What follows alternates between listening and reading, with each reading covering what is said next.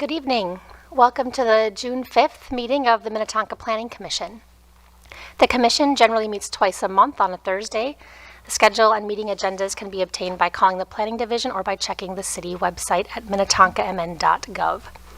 The Commission holds public hearings on land use applications. For all land use applications, the city notifies property owners within at least 400 feet of the site and posts plans and information on the website. For some applications, the city also places signs on the properties and places notices in the Sun-Sailor newspaper.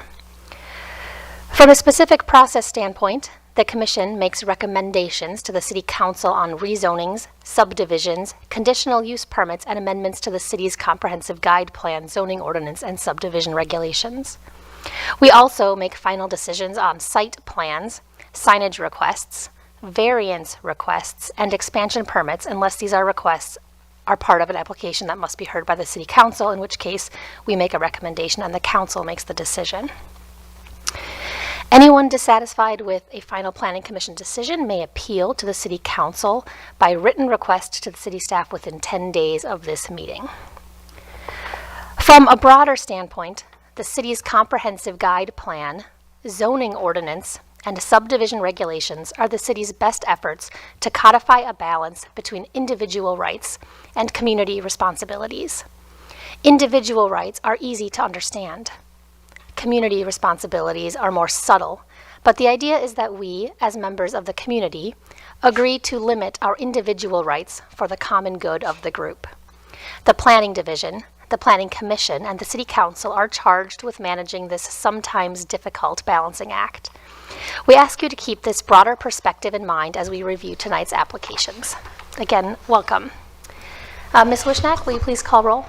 Yes, thank you, Chair. Henry? Absent. Minion? Here. Waterman? Here. Banks? Here. Brink is absent. Hanson? Here. Chair Maxwell?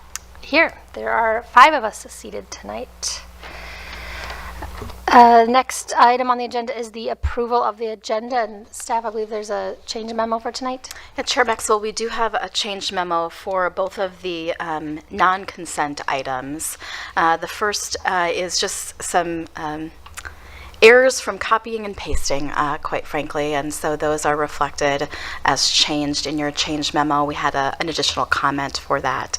And then similarly for item 8B, and Ms. Rains will go over that change in her report, but just a typo and an additional comment. No other items. Thank you, Ms. Thomas. May I have a motion to approve the agenda with the changes noted? I'll make that motion. Motion Waterman. Approve. A second, Banks. All those in favor say aye. Aye. All right, motion carries. Next is the approval of the minutes from the April 24th, 2025 Planning Commission meeting. Any changes by the Commission? All right, can I have a motion to approve the minutes? I'll make that motion. Motion Hanson. I'll second. Second Minion. All those in favor say aye. Aye. Motion carries. Next is report from staff. Chair Maxwell and Commissioners, the City Council has met twice since your last meeting, since it's been a while since we've met. At their May 5th meeting, the Council considered 2 conditional use permits for accessory dwelling units that you all had reviewed and recommended approval of. One was on Oak Drive Lane, that was the conversion of a portion of the existing building, and then that detached accessory dwelling unit on Sandra Lane. Both of those were approved on the consent agenda. At that meeting, they also reviewed the items for the First International Bank and Trust. That was the remodel of that office building on Wayzata Boulevard. That was also approved. Then at their May 19th meeting, the only item related to the Planning Commission was the introduction of the interim use permit ordinance, which you'll be discussing here this evening. Your next meeting, I apologize, I have to grab the calendar, is June 26th. So we do have a couple of weeks, but we do have several items on that agenda already. Nothing else for me, Chair Maxwell. Thank you. Next up is a report from the commission. Does anybody have anything to report this week? I'd like to take the opportunity to say thank you to the city for the nice dinner that they put on for all the commissions and the council folks. They did a really great job, and thank you very much. Anyone else? I'm going to echo what Commissioner Minion said. Thanks to the staff for that lovely dinner. There's a couple of things that I took away from that I wanted to share here. One, the mayor highlighted that cities are the labs of democracy, and as a scientist and engineer, I just love that we can do experimentation here that can be applied wider. But really, our role on the Planning Commission is to listen. We host public hearings for the residents of the city to come in, and we really care about listening and hearing what residents have to say, and I think that fosters a sense of belonging in the city. So we went over a little bit from the city survey, and a couple of stats from that. 94% of residents or respondents felt positive about city planning. 88% felt they had appropriate input into zoning and development, which is exactly what we do here. And that was the highest rate in the last 4 years. So I feel like we're doing some good things in the city and in this planning commission in particular. All right, next on our agenda is, let's see, where's my agenda? I have too many papers.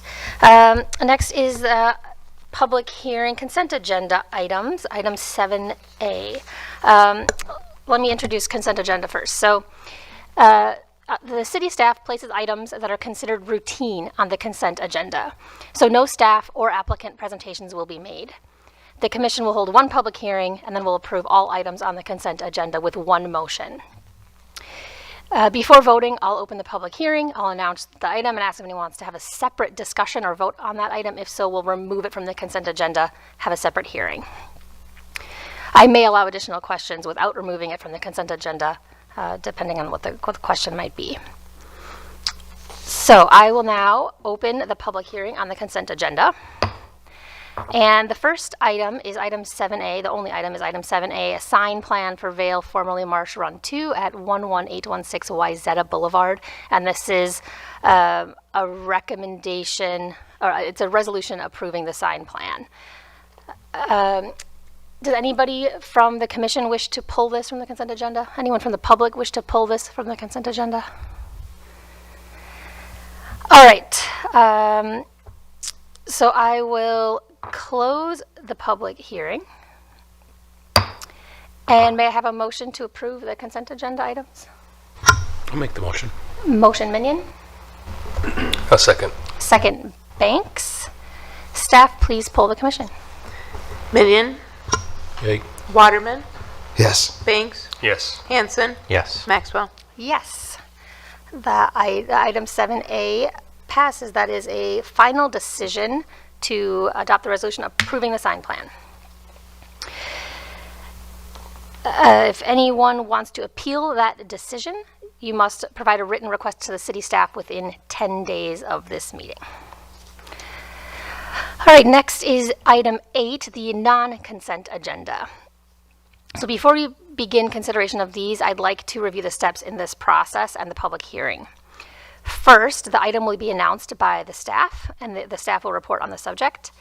Then the commission will ask questions. The applicant will then be invited forward to make a presentation or offer comments, and the commissioners may ask questions of the applicant at that time. After the applicant is finished, then the public hearing will be opened and anyone present can give comment on the proposal. If you wish to speak, come to the podium, state your name and your address for the record, and please keep your comments brief and try not to repeat points already made.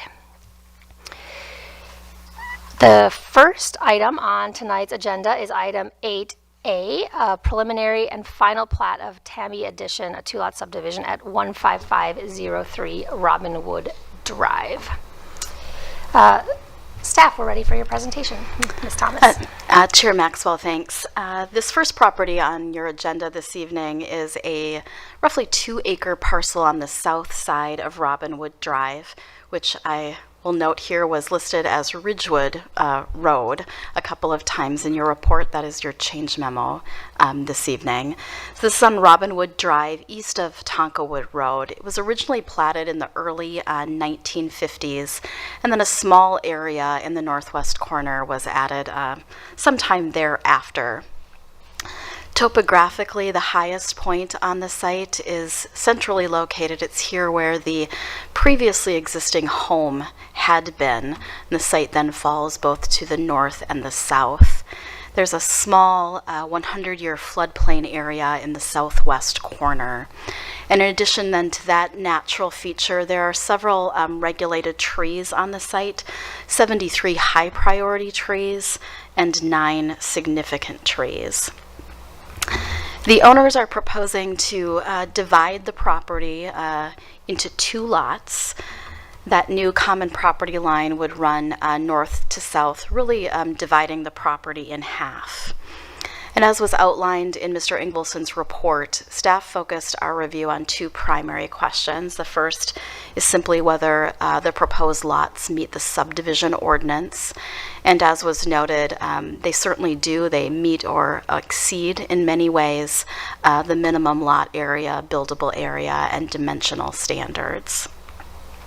The next question then was whether the tree protection ordinance was met, and it also is clearly met with just 5 high priority trees being removed and no significant trees being removed.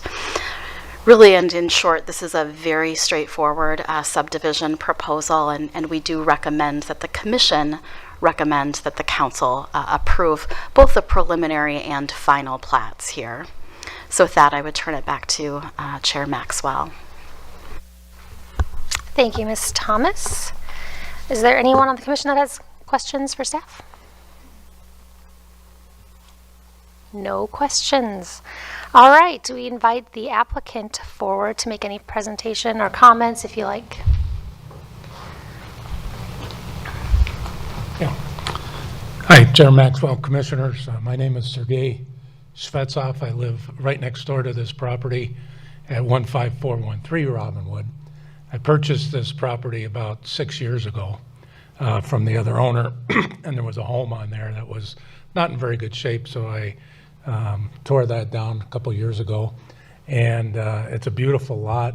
It's going to make a nice home for people on Robinwood Drive. It's a very close-knit neighborhood there, and if some families can move in there, it'd be great.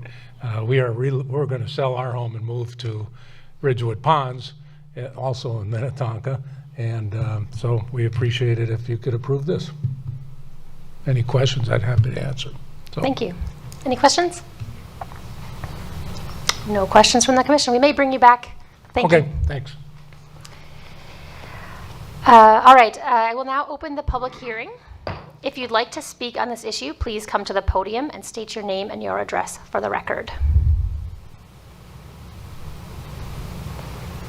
All right, it looks like no one wants to speak here, so I'll close the public hearing and bring it back to the commission for any questions or comments. Who wants to go first? Commissioner Waterman. I'll go ahead. Thank you. Thank you so much for investing in the neighborhood and in Minnetonka. I think this is looks like a really good project, very straightforward subdivision. I agree, no variances or anything like that, so fully supportive of this one. Anyone else? Commissioner Minion.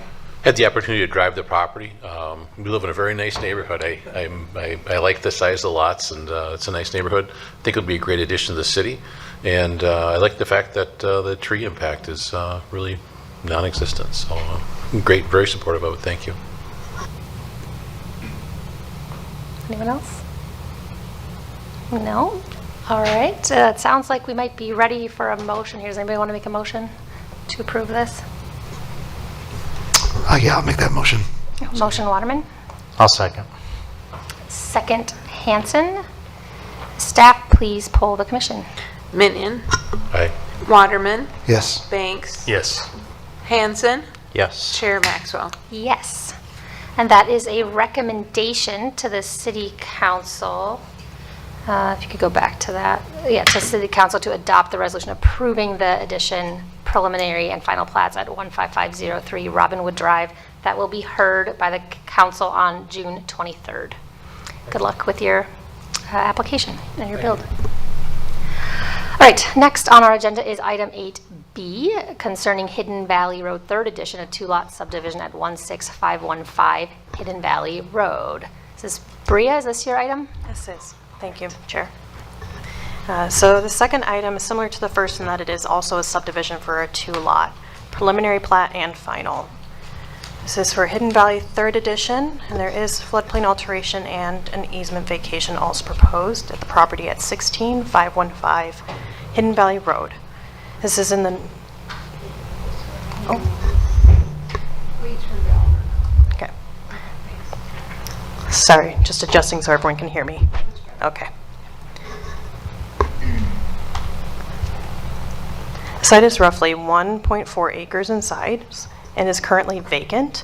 A demolition permit was issued last month, so the tennis court, existing home, and there are some minor structures have all been removed from the site. Generally, the site has floodplain, existing floodplain, going from the northwest corner to the southeast corner across the property, with the highland areas in the northeast and southwest areas of the property. Property currently has just one half that has some easements. In those easements, there is a sanitary sewer and storm utility going down the middle of the property. There is this purple line, which is the water service for the property to the east, so the neighboring site, their home. Staff has added a condition of approval that this utility must either stay in place or can be relocated, but cannot be removed, essentially disconnecting that neighbor from the water service. Lisi Brothers is proposing the subdivision of the property into two lots, again with the floodplain alteration and easement vacation. The current easement, as mentioned before, is just on the second lot, which is to the east. Excuse me. This was part of the original platting for Hidden Valley 2nd Edition, which was also by Lisi Brothers, but in 1994. It is unknown why there was no easements for the westerly portion of the site, but with this vacation, we would be removing this layer of easement and then proposing new easements consistently over both properties, covering those areas of the floodplain alteration proposed area and the relocated utilities for both sites.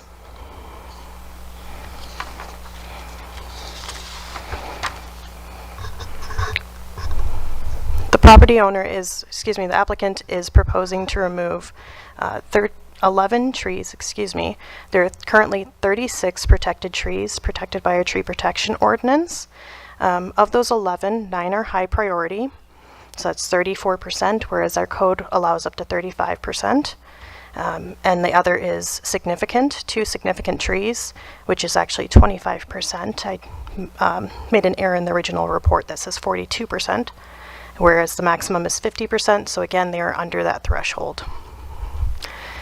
This proposal will meet the tree protection ordinance. We do add a condition of approval for tree mitigation. It's a standard condition of approval that we require for projects just to ensure that that portion of the tree protection ordinance is followed. So 2 single-family homes are proposed on the site, one in the northeast corner, one in the southwest corner, generally, divided by floodplain, some trees, and then obviously that easement area. The 2 properties will each have their own stormwater facility, underground stormwater facility, as well as the westerly property will have a swimming pool. In this diagram, you can see that the existing water line will be moved. It would be in the proposed building pad area, so it has been moved to this dashed darker line so that the neighbor to the east still has that water connection. The lots each will meet and exceed the subdivision standards. The westerly lot will have a width of 159 feet and a length of 235 feet, exceeding our standards of 110 at the setback of 35 feet and a lot depth of 125. The easterly lot will have 110 feet in width at the setback and a depth of 230 feet, again meeting the standards.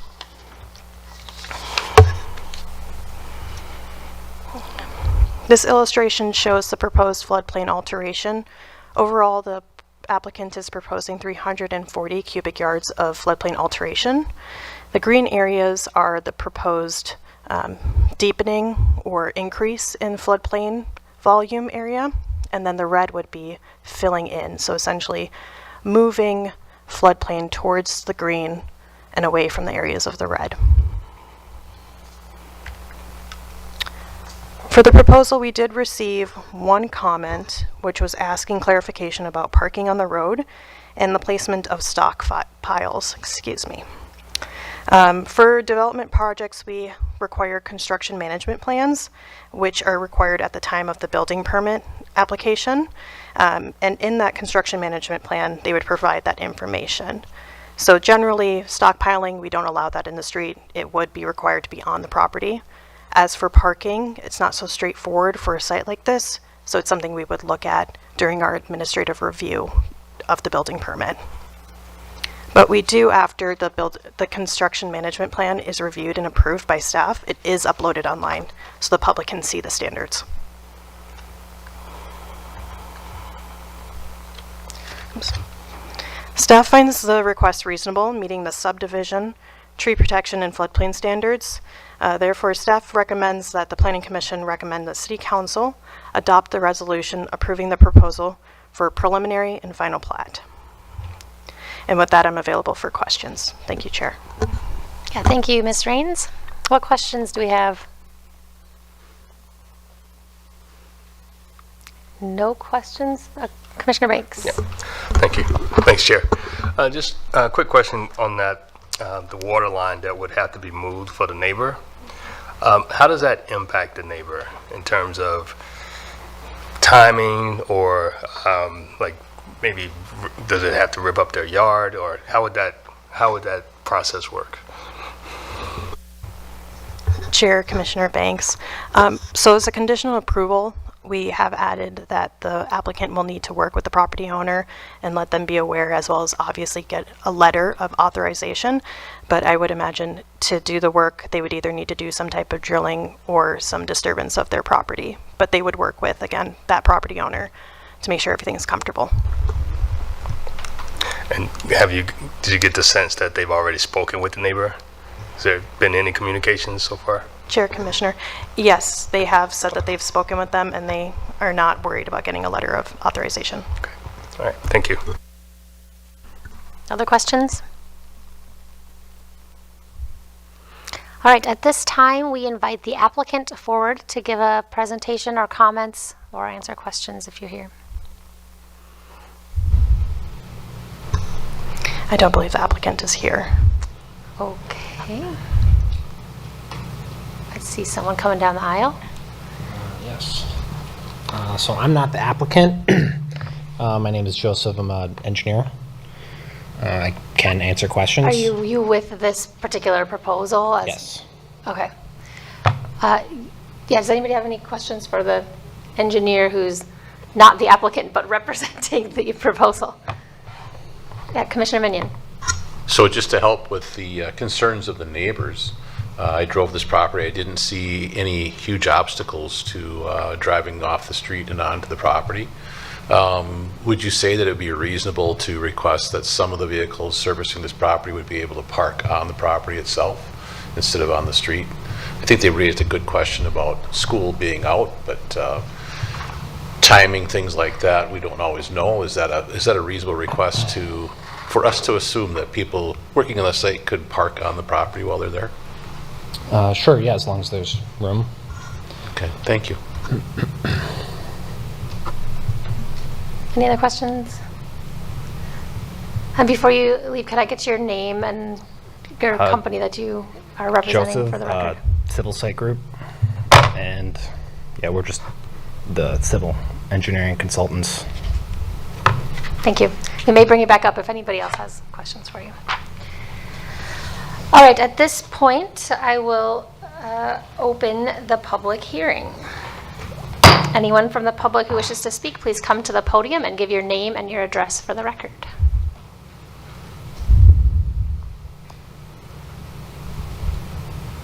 I see some people glancing at each other nervously, but it looks like nobody wants to come talk. All right, so I will close the public hearing. All right, commissions, back to us for any questions or comments. Commissioner Minion. Just in favor of it. I think it's another beautiful property, another beautiful neighborhood. If we can be divided up and make a couple of nice homes out of it, I think it's for the better for everybody. It looks like the city has, again, done a great job of the planning and making sure that all the codes are met. This one was a little closer, take a few more trees, but it still met the thresholds. It looks like all the boxes are checked. Thank you to the city and to the applicant. Commissioner Waterman? Yeah, echoing that, I'm supportive of this. I'm excited when we have these opportunities to do subdivisions generally, but also just when they're really clean. It's kind of amazing that we have a meeting with 2 of these. They're very straightforward, so very much in favor of this.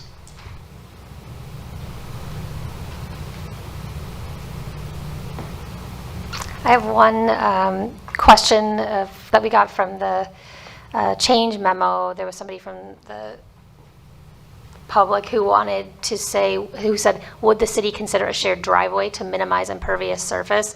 And generally, I know we don't like that. Would you, staff, give some comments around why you recommend against shared driveways? Chair Maxwell, I'll start and my colleagues may jump in. Shared driveways, certainly from a natural resources perspective, are a good thing in that they do minimize impervious surface. The flip side of that is we don't require shared driveways if there's not a natural resource issue, like a wetland in the way, a floodplain in the way. But what we often find is that down the road, 10, 15 years, the second owner, the third owner, there are a lot of disagreements and a lot of misunderstandings about what the legal document actually says and who's responsible for what and who pays for what. And so while good in theory, they're not always great in practice. So again, we do allow them and encourage them when there's a clear natural resources reason. In this case, there just simply wasn't. Thank you, Ms. Thomas. Any other comments, questions from the commission? No? Okay. I'm also in favor of this. I appreciate this kind of development in the city, and these are still relatively large lots with setbacks that match the rest of the area. And to the staff's point, they do meet the guidances for subdivision and the tree ordinance. So I'm in favor of this. Sounds like we're probably ready to make a motion. Who wants to make a motion recommending approval of this proposal? I'll make a motion to approve. Motion Banks. I'll second. Second Waterman. Staff, please poll the commission. Minion, Yes. Waterman, Yes. Banks, Yes. Hanson, Yes. Chair Maxwell. Yes. That is a recommendation that the city council adopt the resolution approving the plats. It will be heard at the June 23rd city council meeting. Good luck on your proposal. All right, moving along, next item is item 8C, an ordinance amending several sections of the zoning ordinance pertaining to interim uses. Ms. Thomas, I believe you have this item. Thank you again, Chair Maxwell. Before I get into the proposed ordinance changes, I want to give a little refresher on interim uses in general for the commission and our viewing audience. As you may remember, for each zoning district that we have in the zoning ordinance, the ordinance outlines permitted, accessory, conditional, and interim uses. Permitted and accessory uses are typically those that can be reviewed and approved administratively by city staff with a building permit. So think a house and a shed on a single-family home. Conditional and interim uses, however, are allowed only if they meet a series of standards that are outlined in code, and only if the council approves those uses after first being considered by the Planning Commission. So think drive-up windows or garden stands in parking lots. The main difference between a conditional use and an interim use is that a conditional use, we say, runs with the property. So that means once it's approved, as long as the standards of that approval continue to be met and the use doesn't cease for more than a year, it can just continue. I think a really good example is TCF Bank building had a drive-through facility up at Ridgedale, and even though TCF Bank became Huntington Bank, they didn't need any other approvals. That conditional use permit for their drive-through just stays in place. Interim uses are designed for temporary purposes, and those do expire at a specific period, after a specific period, or at a specific event, and that is outlined in the resolution that the council approves. For instance, the seasonal garden stands that we've approved as interim uses pretty regularly have a 5-year expiration date. So after 5 years, they have to come back and we review how things are going. So conditional uses never expire, interim uses can expire. Planning staff recently had a conversation with one of our school districts regarding placing a temporary building on their property. They're planning a full addition, but aren't able to do that in time, and so want to place this temporary building. After reviewing the ordinance, staff found that our current interim use ordinance would not allow for that. It doesn't provide a clear way to permit what we think is a reasonable temporary use. And so that led us then to consider there are likely a lot of other reasonable uses that our ordinance just doesn't contemplate. As it stands, if someone proposes something that's not clearly identified in code, really the city only has 2 options: to completely deny what would otherwise be a reasonable use, or to potentially allow it as a conditional use. Our conditional use list at the very bottom says other similar uses as determined by the city. But approving something as a conditional use leads us possibly to have now a permanent use for something that is better to be temporary. And so after consultation with the new city attorney, we thought we should make some changes to our ordinance. And we're proposing 3 this evening. The first is to grant the city planning staff the authority to determine what uses are similar to things that are already outlined in code. And we do that right now. In fact, we've done that in front of this commission where we've had, say, a school or a daycare proposed in an industrial district. And we say, well, schools and daycares aren't clearly called out, but we do allow for public buildings. And a school and a daycare is similar to a public building. So we think you could approve this as a conditional use. So we already do that, but our code doesn't technically allow us to. So this first provision is to establish that in writing, that the city can do that. It's the planning staff that makes that determination that the application can move forward. The second change is really to broaden the general interim use standards. They seem to be very specific to the very specific interim uses that we've called out in our ordinance right now. We'd like to just broaden those. And then the third is to allow, as interim uses, things that are conditional or similar to. So I was trying to think of a conditional use right now that we might have that we might not want to be there permanently, and so we could direct them more to an interim use. The changes are really intended to give the city more flexibility, more tools as we review uses that we haven't thought of, but property owners or residents or business owners may think of. We did wonder whether or not we should do this since we're in the middle of a full zoning rewrite, but we thought we don't know what the outcome of that is, and that's a year away, and so let's do this now. I do want to point out before I end here that none of these changes the process. So interim uses will still have to come before this planning commission. They'll still have to be approved by the council.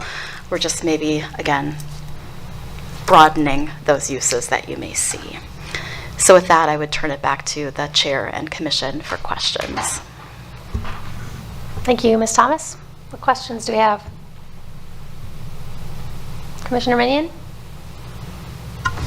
Will you talk a little bit about how this will impact things that are already in play, how things that somebody's already started a plan or started a process, how they'll impact them, and how it will actually help the process and all for the people who, moving forward, will making different applications and what it means for them?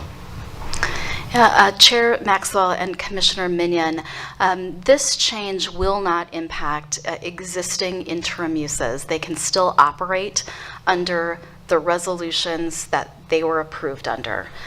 So they can operate, they're not non-conforming, they're conforming with what their approval was. When their time expires, just as they would have before, they would need to come back under this new ordinance.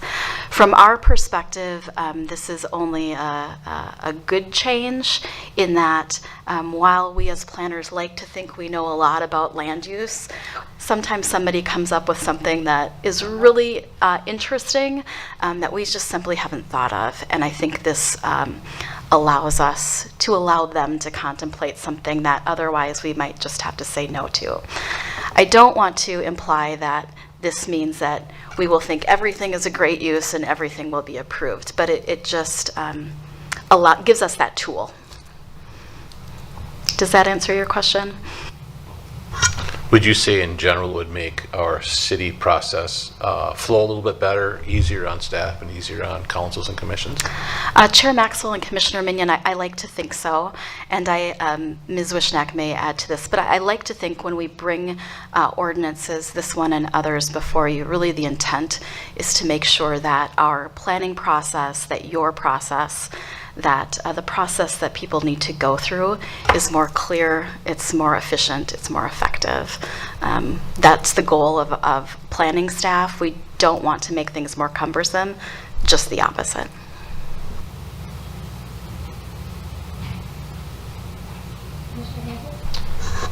It's probably more of a process question than anything, and thank you. When the 5 years is up, for lack of a better word, is the city proactive in reaching out to the applicant, or is the burden on the applicant to say, oh okay, my 4.5-year calendar reminder just went off, now I need to go back to the city? Chair Maxwell and Commissioner Hanson, I like to think that we're proactive, but ultimately it does fall to the owner, so to speak, of that interim use. I can think of one very recently, about 2 years ago, a provider that used to put up fireworks tent in Minnetonka. Their interim use permit had expired. We saw a tent going up. We had to go back and look, and their permit had expired, so they had to come back through the process. They weren't able to locate here that year. So it's not foolproof, but we do try to track, as planners, things on our calendars.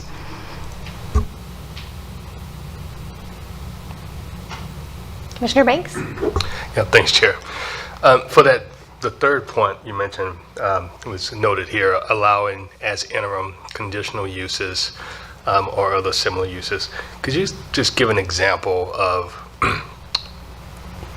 when something is interim, but you will allow a conditional use for that? Chair and Commissioner Banks, I'm just pulling up the ordinance so I can give you a actual example. Right now, for example, in our R1 zoning district, which is our single-family, low-density zoning district, schools are allowed as conditional uses in that zoning district, and large accessory structures are allowed as conditional uses. In that same district, the only things that are allowed as interim uses are home occupations and commercial kennels for dogs or cats. That's it. So which is strange, we have not issued a permit for that, to my knowledge. And so, if someone were to come in, say a school district, or a leasing office or something like that for new development, and want to put up a large accessory structure, right now their only option is no, you don't get to, or apply for a conditional use permit. But we don't really want that to be up forever. So what this standard says is, we will allow as interim something that's already allowed as conditional or a similar use. So it kind of opens up that conditional use permit list for temporary uses, if that makes sense. Yeah. It does. That's exactly what I thought you meant by that statement, so. Anyone else? All right. I will now open the public hearing. If you'd like to come forward and give any feedback or ask any questions, please come up to the podium and state your name for the record. All right, looks like we will not have any commentary, so I will close the public hearing. And now be time for any more comments, questions. It seems like we're maybe done up here. Yes, Ms. Thomas, you mentioned that the goal of this is to make things more clear, efficient, and effective. And I think this whole meeting is the lack of questions and comments that you've received shows what a great job you're already doing of keeping things clear and efficient and effective. So thank you for that work. Generally, I'm in favor of this. It makes a lot of sense. It'll make it more clear, make it easier all around to allow things that, as you said, are of reasonable use. So it sounds like we're ready for a motion. Would anyone like to make a motion recommending that the city council approve, is that correct? That the city council approve this ordinance change? I'll make the motion. Motion Minion, I'll second. second Waterman. Staff, please poll the commission. Minion, Yes. Waterman, Yes. Banks, Yes. Hanson, Yes. Chair Maxwell. Yes, the item carries. All right, next item is other business, for which we have nothing. And then the final item is adjournment. May I have a motion to adjourn? I'll make that motion. Motion Waterman, I will second. second Hanson. All those in favor say aye. Aye. Motion carries. We are adjourned.